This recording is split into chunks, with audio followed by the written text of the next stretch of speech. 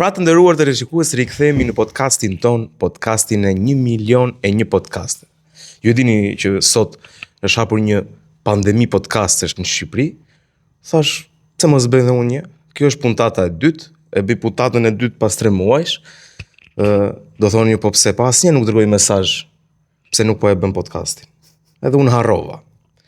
Tani në moshën time, moshatarët e mi bëjnë fëmijë, kurse unë bëj podcast. Po të paktën një gjë e bëj. Përdej shakas miq, këtu për krah me kam 2 miqtë e mi të rinj, cilit janë aktivistë. Sot do të flasim për aktivizmin. Se çfarë është në tërësi aktivizmi? Tu kemi Jasir Mesinin, një shokun tim, mos çfarë bën se. Simi studio serioze këtu, edhe Sidorela Vatnikaj, një aktiviste, një nga aktivistet MNZ në Shqipëri. Faleminderit për ftesën. Faleminderit dhe që erdhët, se sa keni për detyrë të vini këtu te mua. Kemi për kënaqësi. Sidorela, çfarë është për ty aktivizmi? A është një aktivitet tetorarsh dhe ti rikthehesh në jetën normale, apo është 24 orë? Po shiko, unë mendoj që kur ti je një aktivist i një çështje të caktuar, pavarësisht tematikës, ndodh një proces që pastaj ti nuk mund të fillosh ta shikosh më jetën ndryshe. Për shembull, dhe nëse ti je një aktivist i çështjeve urbane, po them, ose i të drejtës për transport publik, fillon ta shikosh edhe këtë të lidhur me jetën tënde dhe me sfidat që ti ken për ditëshmëri. Kështu që unë mendoj që nëse ti fillon të angazhohesh si aktivist në një çështje të caktuar, ajo pastaj ndërthuret me jetën tënde të përditshme, sepse është shqetësimi yt i përditshëm që të bën aktivist. Nuk është një projekt, nuk është një punë specifike, nuk është një titull që ti e meriton në një formë, po është shqetësimi yt, për shembull për mua ka qenë si studente shtysa për të filluar dhe për të angazhuar në aktivizëm, shoqëri civile, mund të themi si të duam, po për të organizuar dhe angazhuar për përmirësimin e komunitetit të cilit i përkas si studente, si vajzë, më pas si banore një lagje të caktuar. Kështu që unë mendoj që është në momentin që është shqetësimi ai që i paraprin aktivitetit tënd, është e pamundur ta shikosh si punë tetorarshe, dhjetorarshe, 11-orarshe. Është vetë jeta jote, prandaj ti angazhohesh për ta përmirësuar atë. Jo, mua më qenë një aktivist, sepse në kohët që po flasim në Shqipëri, aktivizmi është drejt shuarjes. Për shumë faktor, kjo është temë tjetër, por të pakët janë qytetarët në Shqipëri që ngrenë zërin për shumë padrejtësi. Jasir, ju do flisni më shumë për veten. Shumë serios. Se unë një ditë kam që të njohë e plak. Tash ç'a të them unë? Ç'a duash? Për ty, ç'a të them të gënjej unë? Që kështu fol. Po që është djalë i mirë e di. E njojta për 2 ditë. Po, e di dhe unë. Mund të. Është gjigant. Po besoj. Po ç'a të them tani? Unë jam prej Kosovës dhe është ndryshe këtë, po besoj që nga Shqipëria qoftë për them për qatë termin e aktivizmit, besoj që në Kosovë ka secili njeri është aktivist në forma të ndryshme. Besoj edhe që në Shqipëri është secili njeri aktivist, tani jo të gjithë kanë qatë ndjenjën me kontribu në forma të caktuar, dikush kontribon me humanizëm, dikush me metoda, dikush me duke trashëguar diçka ose dikush forma të ndryshme. Pra aktivistët do të thotë nuk ka një përkufizim të saktë, do ta thoja unë. Po e rëndësishme është se secili njeri të bëhet aktivist. Pra, kjo është prej pikpamjes tyre. Sa i përket teje dhe Sidorelës, unë me të vërtet i pash 2 miq të re, edhe po besoj që një mik e pash për herë të parë nga komuniteti rom dhe prej një qytet, them prej pak më larg në Shqipëri, kur s'kam qenë kur aty, te qytetit. Po Po gradeci. Po s'ka për mua. Po s'ka për mua. Për ty, për mua? Po normal për ty. S'kisha të gjuar dhe njerë. Një shok jam tha, po të gradeci. Po të goric. Po gradeci.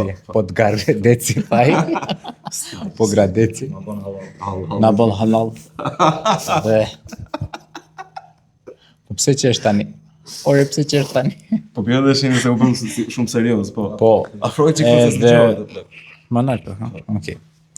Edhe, po besoj që kemi kalu mirë, apo? Jo. Kemi kaluar mirë. Edhe kemi mësu disa gjëra të ndryshme, si të qoftë për Sidoreles, e cila është një vajzë të mrekullueshme nga Tirana, që jetojnë në Tiranë. Kam lindur në Tiranë, po. Ka lind në Tiranë dhe besoj që është kogja shumë interesant ta sheh një person që është me një kulturë tjetër dhe lufton për komunitetin tënd. Do ta... Shumë interesant është, ndorën zemër që ne nuk kemi kapacitet për me luftu për komunitetin shqiptar në atë aspekt që fuqia jonë është shumë e dobët. Dhe fuqia është tepër e dobët, po pash edhe disa këtu në trajnim që kemi mbajt, pash edhe disa gjërat shumë të rëndësishme që po dallojshim mes komunitetit rom në Kosovë dhe në Shqipëri. Disa gjërat jo kulturën, po jetesën që jetojmë në përgjithësi. Në Kosovë... Mos harrim mikrofonin. Mirë. Po zërim dëgjohet. Jemi ndurur këtu, zërim dëgjohet gjë në prenjës. Në mikrofon. Drejtat e grave. Që kush ka mikrofon? Ska za mikrofon asaj. Po. Po do flasim më shumë. Gratë gjithmonë flasin më shumë. Prandaj kanë luftuar për të pasi mikrofon. Kanë luftuar. Pa gratë që të mund flasin më shumë. Po pra kanë luftuar, thash për të pasi mikrofon. Po. Që kanë luftuar. Pse si e tha? Në stigmë. Si e the? Jo, gratë gjithmonë flasin më shumë, thash unë. Po ky është, edhe unë mendoj që ju flisin më pak se që duhet të flisin. Është me shkencë. Është me shkencë. Një volumtim e realizuar nga pik. Një shkencëtar me pikpyetje. Se di unë kam dëgjuar në televizor. Televizor, mirë është mos besojmë që dëgjojmë. Televizor është shkencë veti. Mirë është të mos Ti e dëgjojmë. ceke një çik që ne jemi antar të komunitetit rom. Një çik. Cila çik? Një çik, po është nga Kosova. Shumë. Hajde merremi vesh neve. Një çik është një pak, çik është vajzë. Pak, po. Tu skrish çik. Jo, një çik është pak. Ne e prekëm pak për katësinë etnike që jemi në të dy. Por ne këtu përballë kemi Sidorelën. Ani ne na takon të jemi aktivist për të kontribuar për komunitetin rom në të gjitha hallkat e jetës. Po kur dëgjova që Sidorela ishte një aktivist në tërësi është për të gjithë drejtat e gjithë njerëzve, por edhe një vajzë që mbron të drejtat e komunitetit rom, u surprizova për kokë time. Pse? Po nuk dëgjoj. Nuk kam parë, domethënë, në gjithë jetën time, ti mbroj të drejtat e romëve më shumë se që i mbrojnë romët të drejtat e tyre. Kam hasur në jetën time, në organizata të ndryshme, me kaq zell dhe vullnet të hekurt për të mbrojtur të drejtat e komunitetit rom. Lind pyetja Sidorela, nga të nisi kjo dëshirë dhe vullnet i madh për të mbrojtur komunitetin rom? Po shiko, unë nuk mendoj që dhe nuk besoj që mbroj të drejtat e komunitetit rom sepse komuniteti është rom. Unë mbroj drejtat e komunitetit rom sepse romët janë njerëz. Mbroj të drejtat e grave sepse gratë janë njerëz. Mundohem të advokoj të punoj për drejtat e fëmijëve sepse janë njerëz, jo sepse i përkasë një grupi specifik, etnik, gjinor, fetar, etj. Kështu që për mua unë nuk do e shikoja as si habi, sigurisht nuk ka kaq shumë aktivistë të cilët angazhohen fuqimisht apo në përditshmëri, por nuk e shoh si anomali faktin që një aktivist që ndoshta nuk i përket një përkatësie të tillë etnike apo fetare në një çështje tjetër, mund të punojë të advokojë, sepse për mua besimi se një njeri lind me të drejtën e vet për të jetuar me dinjitet dhe i barabartë pavarësisht kush është, çfarë shteti, çfarë besimi fetar, çfarë gjinie, çfarë përkatësie të tjera, çfarë kulture, nuk e di, mënyra se si e jeton jetën përditshmëri, për mua është besim themelor, kështu që nuk ka rëndësi në qoftë se ti je rom, je burr, je vajzë, je fëmijë, për aq kohë sa pushteti ty të ka marginalizuar, të ka vënë në skaj dhe ti je dhunuar, je përjashtuar vazhdimisht, për mua kaq është e rëndësishme, e kuptoj që aty duhet bërë diçka. Nuk do isha shumë dakord me komentin që ndonjëherë aktivistë jashtë komunitetit i mbrojnë të drejtat e komunitetit më shumë ndoshta se vetë komuniteti. Duhet kuptuar që komunitetet caktuara kanë nevojë edhe për partner, kanë nevojë për të fuqizuar, kanë nevojë për disa ndoshta partnerë të cilët i kanë pasur disa të drejta që atyre ju është mohuar dhe sigurisht në qoftë se po them historikisht burrat janë arsimuar më shumë se gratë, po them përgjatë një periudhe më përpara, sigurisht që do ishin gratë e pasura që do ta bënin artikulimin, ose do t'ishin grupi punëtorëve të grave pak më të arsimuar që ta bënin luftën e përditshme për gratë e tjera. Ashtu njësoj me komunitetet të cilat janë marginalizuar vazhdimisht, ka nevojë dhe mendoj që është natyrale bashkëpunimi me individ të tjerë brenda ose jashtë komunitetit të cilët i kanë pasur disa të drejta dhe privilegje që komuniteti vetë nuk i ka pasur. Kjo s'do me thënë që komuniteti nuk mund ta mbrojë veten e vet. Po mendoj se në çdo problematik ngjajshëm, ashtu edhe në komunitetin rom egjiptian në Shqipëri ka nevojë për partnerë të cilët e njohin problemin, e marrin seriozisht dhe nuk vijnë nga pozita lart poshtë të dijes teknike për të thënë që unë kam dijen. Komuniteti dhe çdo komunitet e di problematikën. Nuk ka nevojë që ne të shkojmë në komunitet dhe tani të bëjmë pedagogjin duke thënë ky është problem, kjo është keq. Ata e dinë këtë gjë. Çfarë ne mund të bëjmë them unë si aktivist është të ndihmojmë të jemi aty, të jemi si mbështetje, të jemi në momentin që ata kanë nevojë për të konsultuar, për më shumë numra, më shumë presion, por unë mendoj që çdo komunitet e bën luftën vet. Ne na takon të jemi mbrapa, aty në mbështetje, por jo të çlirojmë ne gratë, të çlirojmë, po them të çlirojmë burrat gratë, të çlirojnë ku di unë, jo romët, ose egjiptianët dikë tjetër. Lufta i përket komunitetit, por ne sigurisht jemi aty mbështetës dhe unë mendoj që ka eksperienca të jashtëzakonshme që ja kanë dalë. Ta bëjnë vetë dhe ashtu duhet tjetë, ashtu ndodh vazhdimisht. Jo, shiko, si të rila, e ura theksin të kjo pjesa këtu që... Foli pak mirë. Foli shumë mirë. Foli shumë mirë, më thënë. Nuk mbajti anën e askujt komuniteti, mbron të drejtat e njerëzve në tërësi, por në qoftë se do e shikonin të gjithë sipas këndvështrimit tënd, të ishte bashkëmelule jeta. Sepse me sa kam hasur unë në thonjza të arsimuarit rom, në shumicën e raste nuk mund të them se nuk jam as gazetar investigativ, por kam përfituar nga çështja rom. Investigativ më nga këta që hulumton. Merë të dhënat. Këta të arsimuarit rom, mund të themi, kam përfituar nga çështja rome. Dhe një gazetar investigativ, ka është një dokumentar kohët të sotme, ka vite ky muhabet, që kishin përfituar miliona euro për shkak të një projekti nga Bashkimi Evropian, ku quheshet dekada rome, dhe ato fondet nuk ishin aplikuar në terren. Një pjesë e vogël, nuk e di, por nuk ishin aplikuar në terren. Prandaj të përgëzoj për këtë nismë që ke. Për faktin që nuk vje dhe romët. Nuk vjet asnjë, domethënë, po. Jo, po, është e rëndësishme për të folur. Do ta pres ti pjesën këtu apo? Se di, ti e di, qofse do ta mbash, mos ta mbash. Të vjedhësh romët, po do ta marr. Jo, bëj si duash, unë atë që them nuk dua të mpresësh asgjë, qofse do. Që pastaj nëse ty s'të. Jo më shumë. Prandaj dua të ve theksin që romët vjedhin romët të plak.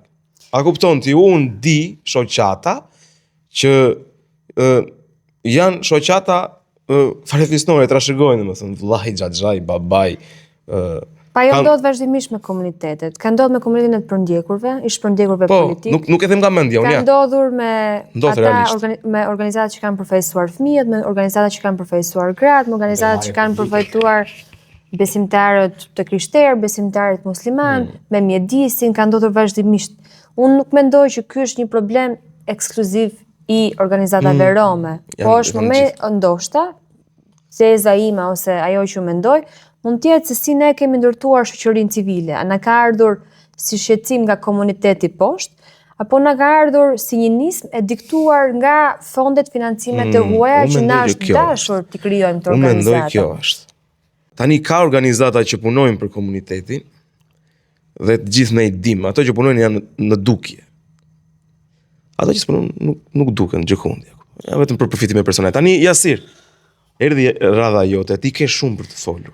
Sepse ne jemi në dy realitete të ndryshme, pavarësisht se jemi një komunitet, komuniteti rom në Kosovë dhe komuniteti rom në Shqipëri.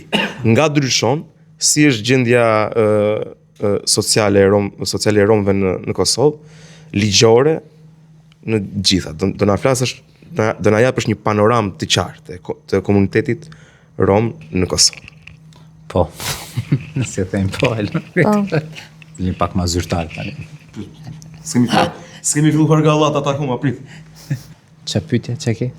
Situata e përgjithshme e romëve në Kosovë. Situata përgjithshme e përgjithshme e komunitetit rom. Në Kosovë. Jo, më bën shaka pak se është ndiqërsi pak podcastin me çast serioz nuk shkon, po besoj unë. Edhe se si Dorela që ka qenë shumë serioz, po Ju na ngjiti seriozitetin si Dorela.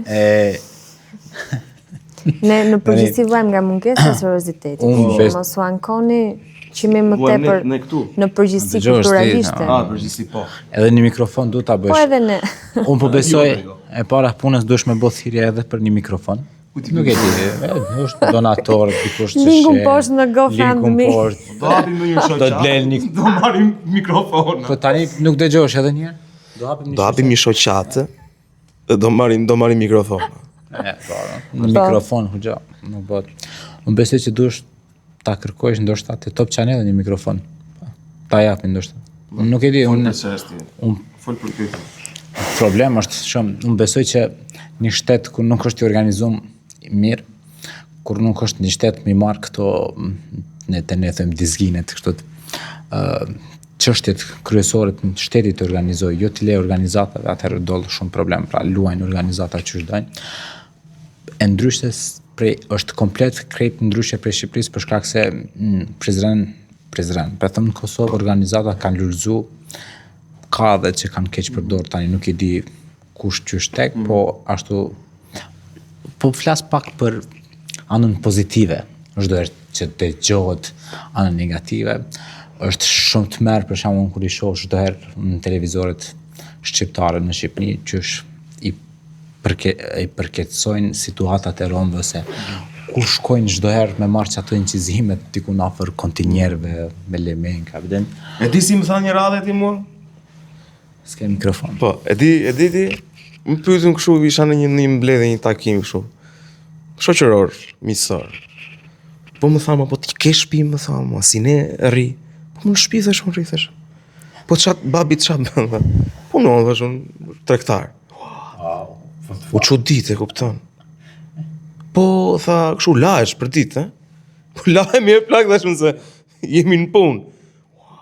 Nga që media ka pjesëtar të komunitetit rom në nevojë, por shumica jeton dënjësisht me punë të ndershme. Kaq, nisëm të hyja ime. Natyrisht, unë besoj që jo përveç që është një fenomen, po besoj ma shumë në Shqipëni edhe në Kosovë që njerëzit janë të varfër. Pra, unë besoj që njerëzit janë varfër. Varfëria nuk njeh vetëm. Nuk njeh, pastaj ose pastaj vjen që pjesa pak më e poshtë me çështë komuniteti.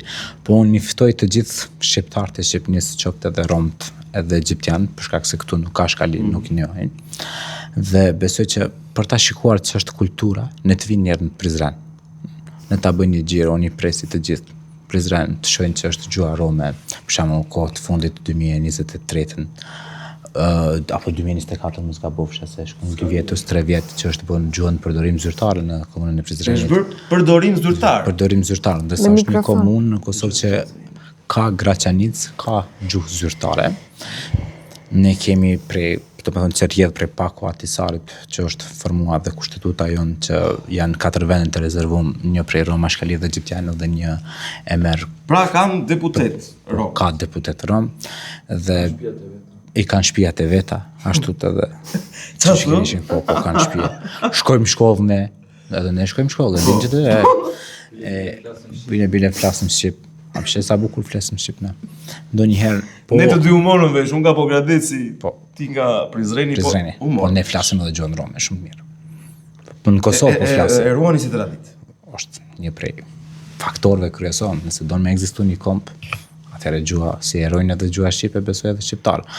Edhe pse unë kam studiuar në gjuhë shqipe, në atë kuptim filloren shqip, të mesmën shqip dhe bachelorën jam të përfundu në gjuhë shqipe, dhe besoj që faleminderit Benjamin. Kemi një shok ti, po nuk do të dalë në kamerë. Është vërtet, por me duar të krit për shembull. Konscienca. Na flet kështu na motivon. Po pse më nal tani? Ore, ju thoni në Shqipëni pse më nal tani?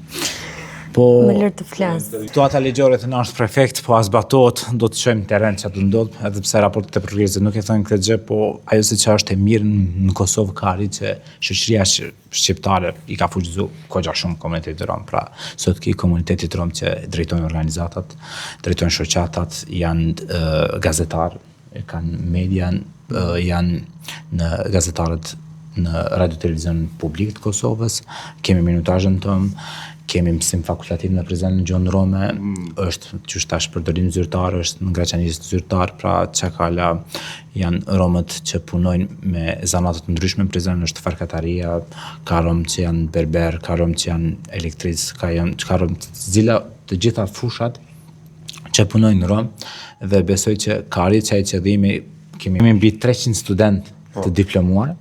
Në vitin 2001 e kishim vetëm një. 300 studentë në të gjithë Kosovën. Jo, në Prizren vetëm. 300 studentë rom në Prizren. Po ne mësojmë më që po menon ju. Po pak duhet të dalim edhe na prej çatymbe kornizave që jemi fut. A më kupton? Kjo mos u çudit ti se e rom, në çuditën pak ta tjetër. Jo, shiko, për te kësaj më vjen çudi që ka një në Shqipëri arsimi braktiset. Te na nuk braktisen. Te na dashurohet. Shumë mirë. Por edhe në Shqipëri ka një përmirësim të ndjeshëm, mund të themi. Te romat apo te shqiptarët? Te rom. Po, është 2 pjesëtar tani janë kandidat në doktoratur, një prej egjiptianëve ka përfunduar dhe 2 janë kandidat për doktoratur, kemi master, kemi profesora që japin pra për shembull një prej gjërave që është më e rëndësishme, ne kemi është një ministër që është propozuar në Rom, jo me portofol, jo si në Shqipëni me portofol, kupton, te ne është ministër, kështu. Përgjithësi, a din, kështu. Po, ministër. Prej organogramit të kuvend. Që ka vendimar, ka fuqin vendimarrëse. Ka fuqin vendimarrëse, pra, se di unë këtë gjë mirë. Tani, jo, kemi pas zavendës ministra dhe kemi zavendës ministra, kemi studenta që shkojnë në kolegje private, pra është një evolvim prej, të themi prej poshtit, që shë tha edhe, si e pa temrin falë, si Dorela, që shë tha, s'ka rëndësi kush. Prej poshtit lartë, dhe besoj që romët në Prizren dhe në Kosovë janë pak më mirë se në Shqipëri, jo Vatikanë. Dhe besoj që kemi arrit. Për medalë kemi arrit, po a mjafton kaq jo. Njëri na mjafton është baza themelore, është arsimi. Cilat janë sfidat që as komuniteti rom në Kosovë? Kalova te sfidat. Po. Një prej sfidave më të mëdha besoj që për komunitetin rom në Prizren është momenti i parë që ne shkojmë në shkollë në gjuhë shqipe. Pra ne flasim në gjuhën rome në shtëpi dhe kur dalim, që thoni ju ke shkolla, jo te shkolla. Ke shkolla kur dalim është pak problem, po adaptohemi shumë lehtë. Ka fëmijë që shkojnë edhe në gjuhën turke. Po, një sekond. Gjua e parë që mësoni në familje ju romë në Kosovë është gjua rome, jo shqipe. Po, gjua rome. Shumë e veçantë, shumë e bukur e plak. Nëse na ka mësuar. Gjua amtare. Gjua e nënës. Gjuhën amtare ju mësoni rome. Gjua e nënës. Ne në Shqipëri nuk e kemi këtë. Flas për pjesën e jugut dhe të juglindjes. Pra, besoj që romët jo pjesën juglindjes, po komplet në Shqipëri nuk e kanë. S'ka me thënë që unë zë thosha nuk e keni, do thosha që është asimilim. Do me thënë ndonjëherë është e rëndësishme me ju vën proceseve emrat e saktë se nuk është i parë kulturor i romëve shqiptar. Por është një proces historik i cili ka përjashtuar, i ka diskriminuar etj, që romët për shembull në Tiranë që Shqipëri. din rom ka. Po, Unë njoh personalisht dhe Ka, po them që nuk është në mas. Pra familjet rome, gjua rome nuk po mësohet më, nuk po trashëgohet siç duhet të ishte, pra siç bën një pakicë tjetër kombëtare, po mendoj tani, edhe pakica kombëtare, nuk e di, greke ose malezeze ose çfarë mund të jetë. Greke po.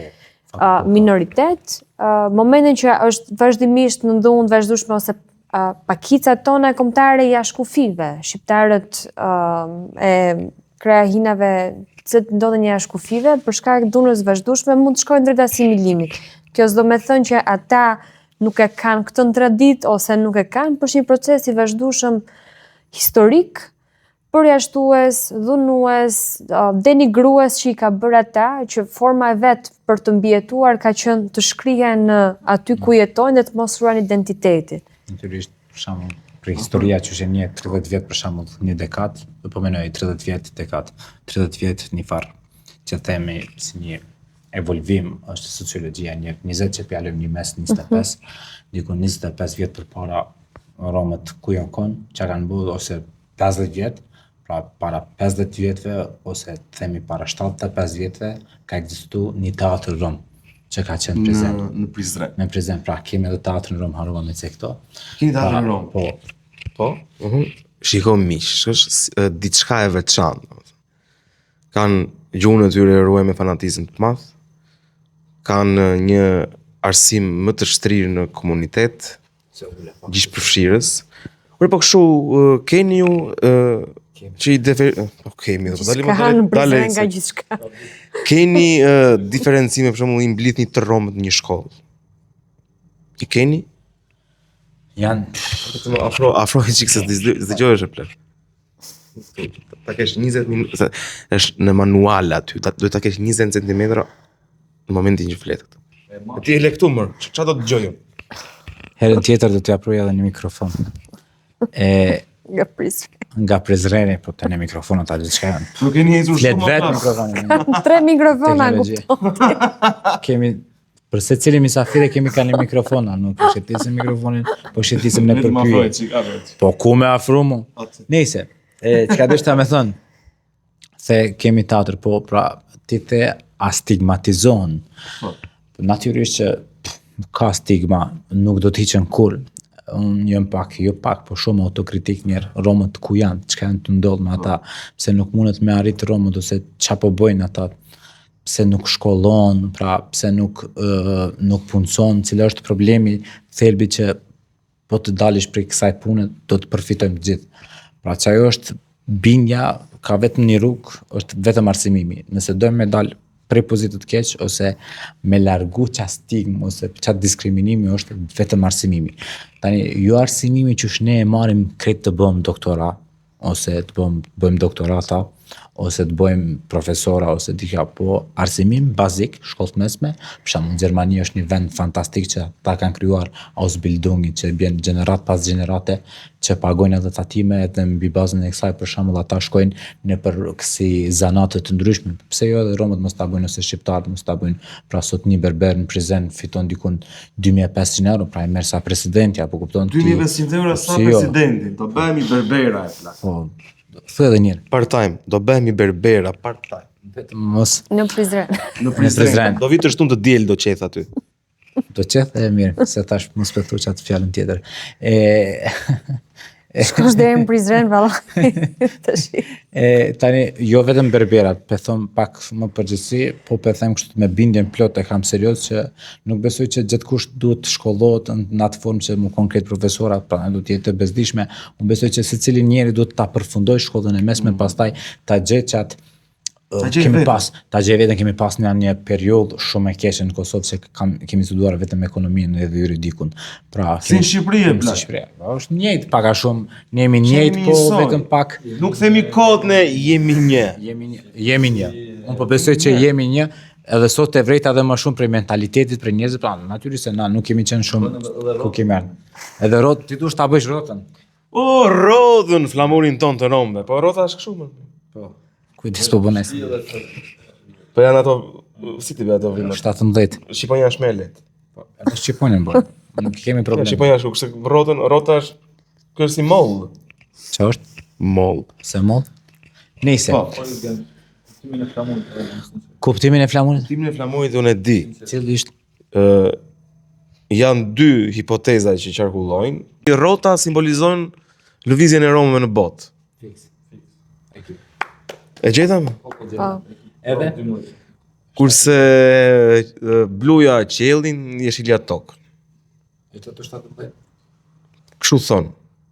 Me vërtet e shumë? Po. Kemi asistentin. E din, është Jam unë drejtuesi, jam unë. Po, unë ta marr mikrofonin veçore. Shtep një informatë që është shumë e rëndësishme, me të vërtet, serios po bëmi pak, veç 1 minutë. Pra, në vitin 1971 është mbajtur një kongres në Londër dhe është caktuar një himn dhe është caktuar një flamur dhe është caktuar kjo fjala pejorativ të hiqet dhe termi rom. Mu gabel, cigan, arigji, popull, janë gabim, janë me konotacion negativ. Janë fjalë pejorative që shtemin Ne në Pogrades Koçi, për të kështu kurbat. Kurbat në fakt është kurbetlinj, po kështu kurbat, më jo kurbat, kurbat kështu. E kam përdorur, kam qenë i vogël, po tani Nëse po ka edhe fjalë edhe si Dorela është përmend disa fjalë shumë interesant që na shpjegoi pak, na dha një leksion goxha të mirë që i kanë dalluar shqiptarët të veriut edhe me besoj që jam çuditë shumë interesant. Thash prit veç pak se nuk kemi veç në dallim ose që na dallojnë.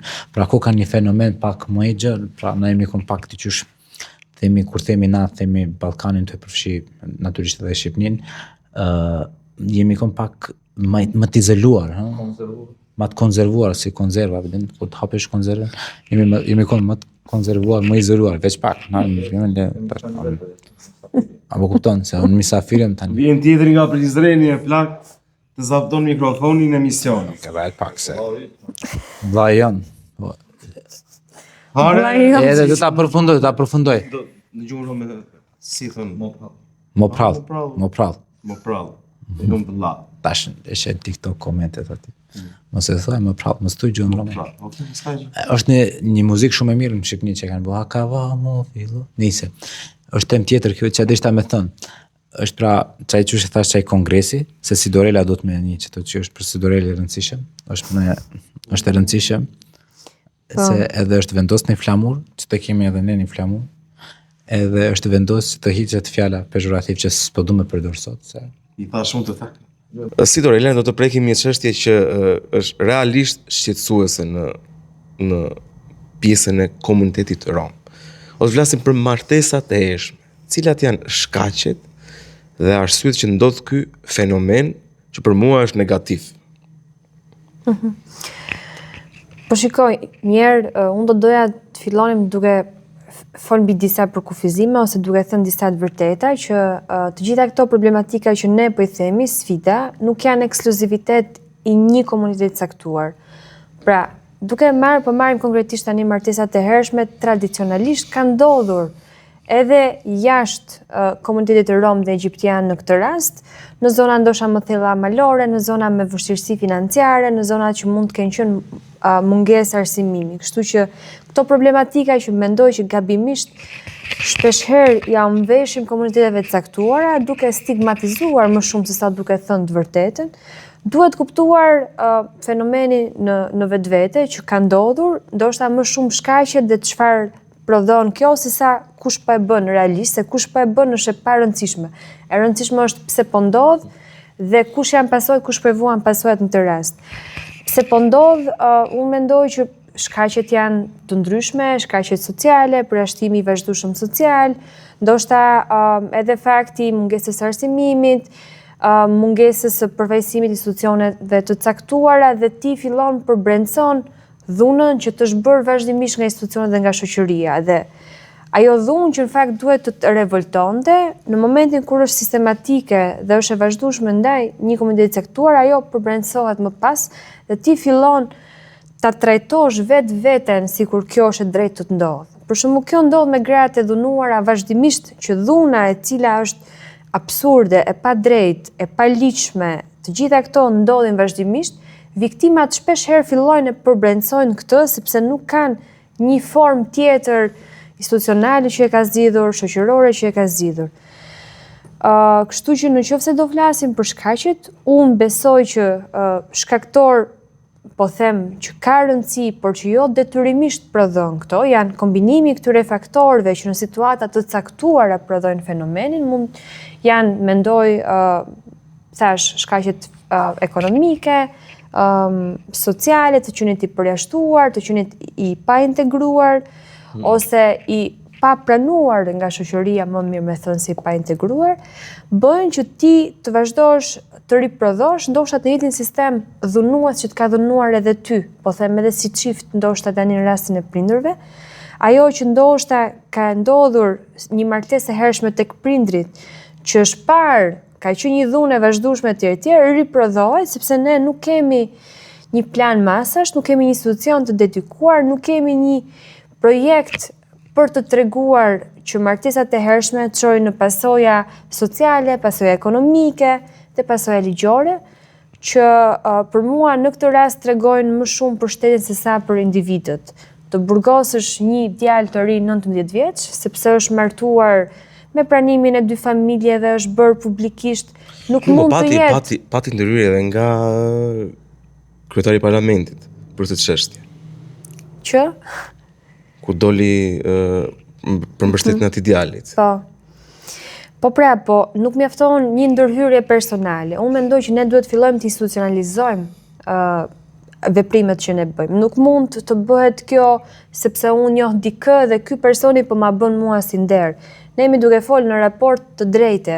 E drejta për të mos u kriminalizuar nuk është njësoj si një martesë në moshë të hershme e një komuniteti ose një fshati ose një zone të caktuar gjeografike si pedofilia, ndërkohë që ligji shqiptar i trajton njësoj.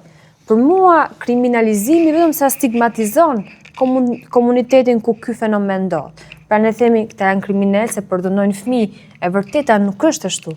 Fakti që ligji ka dhënë vetëm këtë zgjidhje për këtë problematik, nga njëra anë mendoj që edhe përkeqëson edhe situatën të vetë komunitetit, sepse kur ti e vetmja zgjidhje që i jep njerëzve është burgu për një problem të caktuar, unë nuk mendoj se ndërgjegjëson, unë mendoj që ata do të zgjidhin një formë tjetër duke anashkaluar shtetin në këtë rast si zgjidhësh problemesh.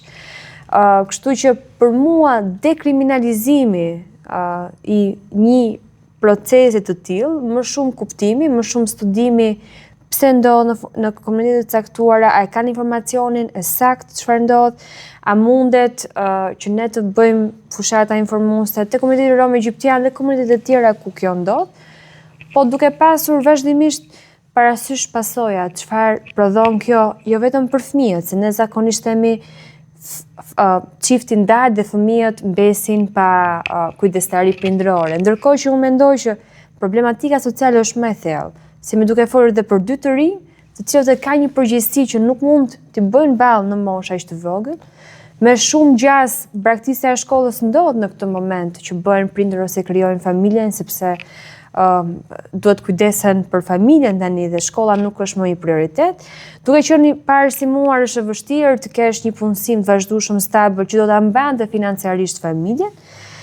Dhe nga ana tjetër, duke mos pasur të gjitha këto kushte sociale, ekonomike, bën që ti të jesh i pa integruar në shoqëri dhe i stigmatizuar pastaj. Kjo nuk zgjidhet me deklarata, kjo nuk zgjidhet me keqardhje, kjo nuk zgjidhet me paragjykim, kjo zgjidhet me një plan konkret i cili e njeh problematikën, nuk e paragjykon problematikën, pra nuk niset nga paragjykimi për ta zgjidhur problemin, po niset nga problemi dhe duke dhënë zgjidhje. Dhe unë mendoj ashtu, nuk ka nevojë asnjë komunitet për keqardhjen e institucioneve, nuk ka nevojë asnjë komunitet për keqardhjen e medjave. Unë mendoj që është edhe më keq madje kur e vetmja gjë që institucionet ju japin komuniteteve rome egjiptiane po edhe të tjera, ndoshta jo etnike, po komuniteteve të tjera, është të mërshme më mirë mos ju japin asgjë se t'ju japin keqardhje. Sepse ti je vazhdimisht duke minimizuar potencialin tek vetëm një keqardhje, ndërkohë që ai është një individ në shoqëri që ka të drejtën të jetojë me dinjitet dhe i barabartë si absolutisht çdo kusht tjetër. Barabartë midis të barabartë. Një kundërshtim shumë i saktë ku pregu në gjitha hallkat, gjitha shkaqet dhe arsyet që ndodh. Tani dhe një pyetje të fundit. do rikthehemi çik në kohë, mbrapa. Po, Varet të dy, jam të se dy, mos të të dy. mbaj mend. Keni qenë të vegjël ju, të keni qenë, s'keni lindur 20 ca vjeç sa jeni. S'duam të tregoj moshën e vërtet. Unë kam qenë motra e madhe, kështu dhe kur kam qenë e vogël e madhe kam qenë. Ha, edhe unë e përdor këtë pyetje. Këtë pyetje, këtë batut. Kështu që ky është prap vllai i gjithmonë vogël jeti. Unë gjerë në moshën 5 vjeç kam qenë fëmijë. Pastaj u bëre vllai. 4 vjeç pastaj isha fëmia i madh. 4 vjeç unë isha fëmia i madh, plak. Isha i vockël kaq. Ja, kam këtë të madhin. I kam mbetur titulli vllajt. Vllai është 24 vjeç, i thon, "Këtë kam djalin e vogël." Ai është 24 vjeç, i vogël është 2 metra, shumë. E përshëndesim. Ja e kam po sa prinçin. Tani, se ne kur kemi qenë të vegjël, kishim dhe ne atë perceptimin ton për atëherë na quhenin kurbetër, për kurbetrit, për romët, nuk rom vonë mora veshën. Po shpërdor në Kurbetrit formë është pejorative. Përcaktim, identifikus. Pastaj do ja kaloj dhe Sidorelës. Çfarë perceptimi dhe mendimi kishe për romët, pavarësisht se e rom? Çfarë kur ke qenë i vogël, jo tani që je arsimuar, më arsimuar dhe që ke një informacion më të plot për komunitetin. Çfarë mendimi kishe ti për romët? Perceptimi ke pas për romët dhe për jo romët. Në moshën 10 vjeç. Po, dhe për jo romët, po. I sinqert, ë? Se unë do t'rregoj i sinqert. Unë i sinqert jam gjithmonë, pavarësisht se sinqeriteti i vret. Na fal që ta marrim po një kemi. Keni që problem Shqipëni, jo, s'peleni njëri me përfundu. Nëse tash lënë, ma pyetje. Po si Dorela po fol pak diçka shumë seriozisht. Po më çudit, është serioze dorën në zamën. Edhe ajo se pyetja është shumë diçka interesante, edhe është një pyetje kështu fantastike, briljante, pra. Është podcast i veçantë vëlla, nuk e bëjnë të tërë. Unë po dështova do dështoj me sukses. Më lër ta mbaroj. Vazhdo. Jo, shumë bukur. Vetëm tregoj sinqert. Vetëm i sinqert, lutem. Tani un kam qenë si e thash, fëmiu më i vogël në familje, vllau më i vogël dhe çdo herë më ka ra unë me shku me ble buk. Do thon kanë çu prej sofrës me shku me ble buk, unë se çat zamete kom pak zamete të them. Edhe me gjyt bordog, ç'po thotë çok jam. Pra, Kush është ky? Ku është ky? ku është një mendimi për Romën natyrisht se ti nuk mundesh me kriju mendim në atë mënyrë kur ti je ende i vogël, pra nuk menon ti. Sa ishte, çfarë mendimi? Ti e sheh për shembull familjen që si e shikoje veten? Vetëm e shikojsha si natyrisht si inferior për shkak të rrethanas, për shkak të shoqërisë, për shkak se është them pa lidhje, po kur ecsim me shoqëri ose kur dilsim diçka me pi bashk, jo që shoqëria më ka bullizuar, pra një prej faktorëve më të madh pse jam ku jam unë është ndihma e shoqërisë të komunitetit shqiptar ku jam unë sot këtu. Po besoj që edhe e romëve, ndihma e shoqërisë rome dhe shqiptare. Po ajo që është interesant, se çka kom besu unë për shqiptarët dhe për romë është shumë interesant. Kom pa diçka që unë nuk besoj që ka popull më të mëshirshëm se sa shqiptarët. Te na është veç një fenomen që është neve na kanë mësu, po është pas kjo fakt. Për shembull, te na romët kanë qenë shumë më lirë në Prizren, nuk e në Kosovë. Po edhe farkatar, po edhe, të themi edhe mirëmbajtës ose dadu, se di që i thunë ju fëmijët që i këqynë. Dhe mami jem ka tregu, thoi ke, edhe është ashtu ende, thoi ke, po të shkojmë në për fshatra shqiptare, ti e bëm punën. Çdo herë ka me pas bukë të bukur, çdo herë ka me pas pagesat mirë, pra e kanë këtë si individ mëshirën bujar, që jo gjithë kush e ka, se cili popull nuk e ka këtë, besom që nuk e ka. E do me thënë, nuk mujnë me hongër një buk pa e nda gjysë me ty, a kupton? Po jo ndoshta si popull, edhe ne, jo si popull në tërsi, si individ janë... Si e perceptoje ti? Pro, unë e perceptoj si, për shembull, këtal... Për shembull vetë komunitetin atë kohë. Romët apo shqiptarë? Romët. Shqiptarët dëgjojmë që ja, unë i kom pas si bujar, mbështet për shkak se... Po ti si e shikoje? Unë jam kon qatë rrethin që më kanë mbështet mua dhe natyrisht që... Po Romët çdo herë si inferior, vetëm për një arsye, për shembull që shokët e mit më kanë thonë si Dorel, për shembull unë kur më ka dalë për shkollës më ka thonë qyri Jasir, nuk ko që ti s'ki ditë më mirë matematikë se unë, po ti ke pas mami mirëmbajtës është prej mësues ose prej asimtarës, edhe është ai paragjykimi sado që thojmë ne, jo nuk është ashtu, është ashtu.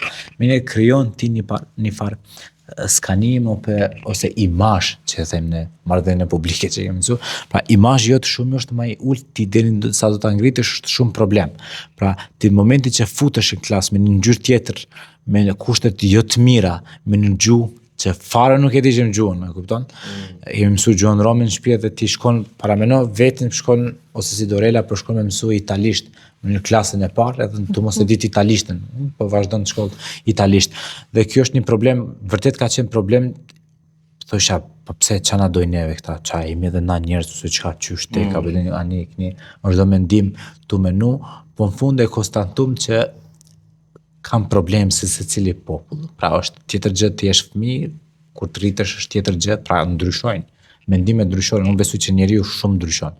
Çdo njeri ndryshon, pra është themi absurd unë kështu të jam, dhe nuk mund është një njeri me qëndru kështu. Të na thoj ke unë kam dëgjuar shumë që është një shkrimtar shumë i mirë dhe një humaniste për i madh Adem Demaçi, thotë veç Magari nuk i ndryshon mendimin, pra vetëm Gomari nuk i ndryshon mendimin, pra. Mendimi im është që njeri ndryshon dhe besoj që secili njeri ndryshon, pra ne jemi krijuar të përshtatemi, pra unë besoj që njerëzit janë krijuar për të përshtatur, por secili njeri përshtatet me rrethanat dhe është diçka që rrjedh. Pra besoj që edhe te shqiptarët edhe te romët, pra nuk mundesh me themi real tani, flasim pak më praktike, fillim quhemi evropian, pastaj shqiptar. Ose rom, e kupton këtë? Shumë është interesant. Fillim nuk mundën me dalë fillim rom ose shqiptar, por është diçka që rrjedh. Momenti kur të rrjedh, mo aq përfundoi gjithçka, jo.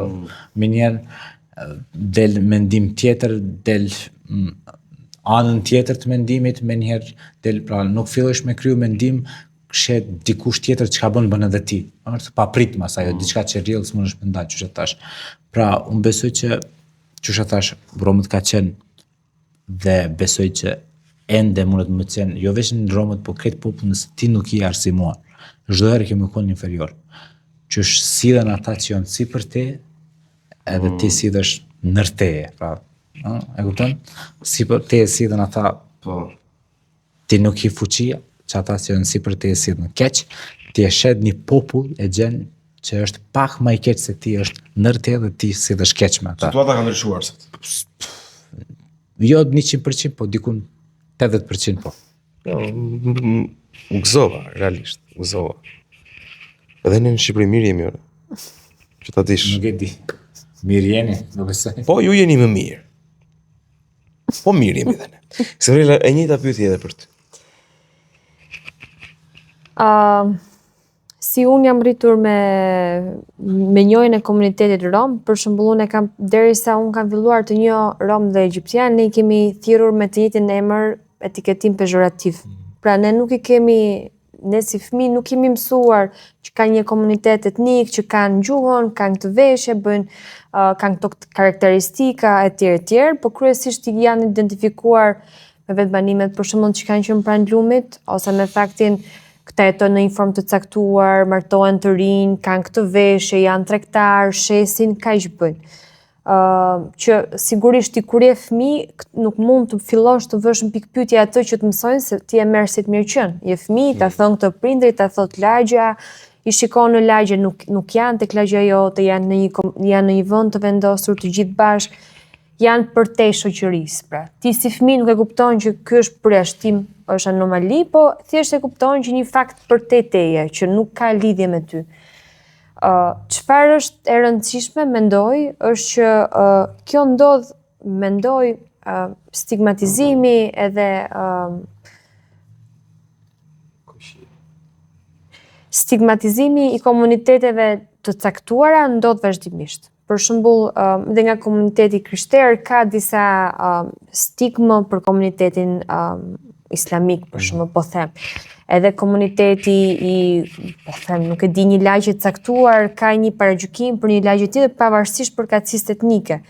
Ndoshta krahinore mund të jetë paragjykimi. Ajo që unë mendoj që është e rëndësishme është që të kuptojmë që edhe brenda nesh ne kemi identitete të ndryshme. Identiteti është fluid.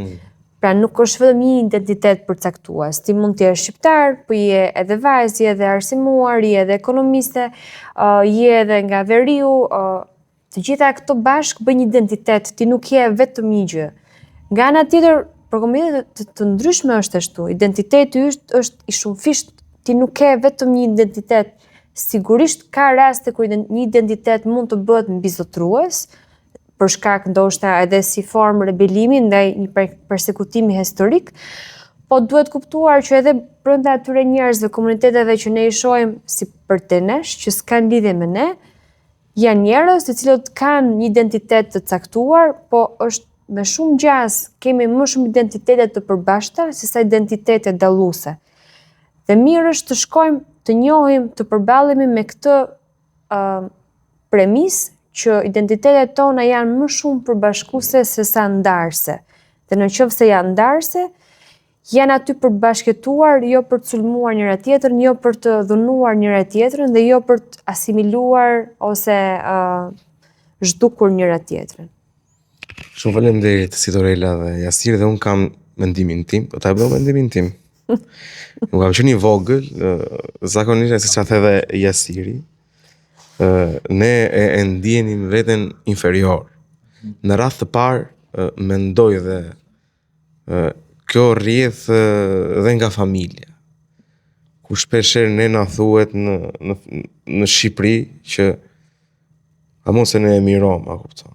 Për shkak se dhe mazhoranca për shkak të rasizmit, të diskriminimit, e kanë marrë të mirë qenë. Ka marrë si gjë normale, a kupton. Në fakt nuk është normale. Dhe unë e shkoj si inferior, triqesha nga aktivitetet e klasës, nuk është për mua, a kupton. I trequr, pavarësisht kisha shoqe, shok, miq, por ka dhe ata parajgjykime të vogla, por rëndojnë në shpirt. Tërthora, sepse më pëlqen makinat e kuqe, makinat jeshile. Si fëmijë, shokët e klasa, amo juve kur betrit i keni qef, ngjyrat e ndezura. Këto me xiza i keni qef juve. Me xiza me ngjyra i kanë qef të gjithë, nuk i kanë qef vetëm romën. Gjëra të tjera të vogla, po që rëndonin, po në momentin që ti rritesh, përballesh me të vërtetën, ku duhet të theksojmë dhe para Zotit jemi të gjithë barabartë, dhe kur përballa dhe me të vërtetën. Para ligjit, se ndonjëherë. Para ligjit jemi të gjithë barabartë normale. Si fillim. Si fillim. Por në momentin që u përballa dhe me besimin që besoj sot, ku duket ka bluza, ku përpara Zotit jemi të barabartë, ndryshoi dhe bot kuptimit tim, domethënë. Edhe sot që flasim, unë ndihem dhe jam i barabartë midis barabartë. Shumë faleminderit që pranuat të podcast modest. Faleminderit për ftesën, për punën, për vullnetin. Një fjalë të fundit të shkurtër, një mesazh për publikun e gjerë. Faleminderit shumë, Jurgen, ty inshallah shkon bashkë ky podcasti, përparon edhe një mikrofon patjetër, nëse s'ki ta bëjoni një mikrofon, po ai çka duhet kërkojmë ne fillimisht si popull, si njerëz është drejtësia, pastaj barazia. Po kërkojmë barazinë përpara drejtësisë, nuk gjejmë as drejtësinë as barazinë. Kështu që kërkojmë një herë drejtësi, pastaj barazinë. Faleminderit shumë. Gjithë mirë, no? Faleminderit më prallë. Po si dhe? Jam dakord. Je dakord. Jo, çfarë? Ne dhe shihemi në podcaste të tjera dhe na shkruani, na shtyni. Na shtyni, na thuaj ti shok ti vlla, kam shok që e shikojnë. Bëhe pjesën e tretë, asnjë s'tha. Shihemi në podcast tim, më ka thënë një shok. Blerim, faleminderit. Vetëm ti e shikon deri në fund. Mirupafshi. Shëndet.